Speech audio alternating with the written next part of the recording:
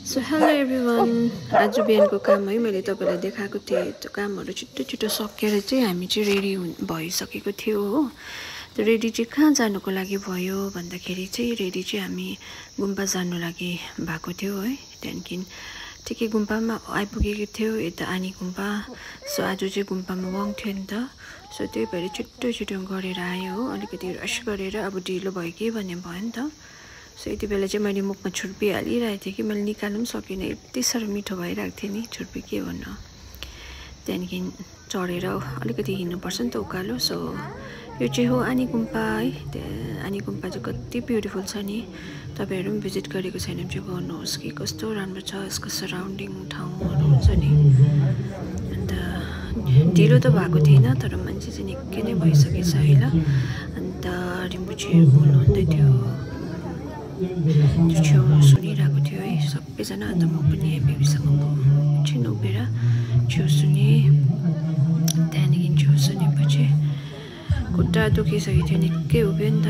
त्यहाँ भित्र त सबै उयो अकुपाइड भएर बाहिर उभिरह्यो नि त।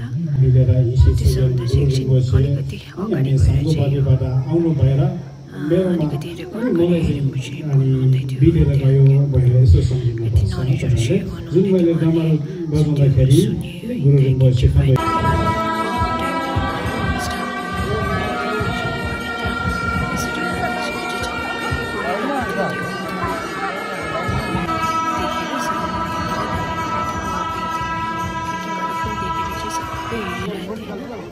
सो फाइनली सके पनि हाल्यो थापेर है। राम्रो चाहिँ गऱ्यो भेटेर यो चाहिँ बाहिरको नजारा है। हामी त सकिसकेको थियो तर कतिजना चाहिँ लाइनमै हुनुहुन्थ्यो।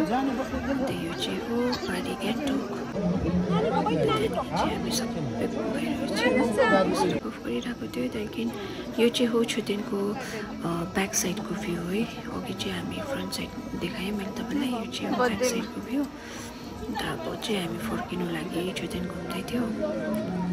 सेल्फी गरेको भिडियो। त्यहाँदेखि चाहिँ एकछिन मम्मा र बेबीको टाइम भनेर अलिकति भिडियो गरेँ। तर बेबी चाहिँ अलिकति उसको अब निन्द्रा सुत्ने टाइम हुँदै थियो कि अन्त उसलाई अलिकति मुड थिएन उसको। अन्त यो चाहिँ छेउ अलिकति उसलाई चकाइदिएको सुन्तला कि पुरा अमिलो लागेछ हो, अनुहार बिगार्दै थियो। त्यहाँदेखि चाहिँ एकछिन बेबीलाई उसको कजनहरू भेटेर थियो, यस्तो बोल्दै थियो। तर बेबी चाहिँ हाँसेकै थिएन, उसको मुड सायद अफ थियो, निन्द्राले गर्दा उसको मुडै थिएन होला सायद। अन्त साइनोले चाहिँ बेबी चाहिँ आन्टी हो भन्दै जिस्काउनु हुँदै थियो। उता चाहिँ त्यहाँ भाइले चाहिँ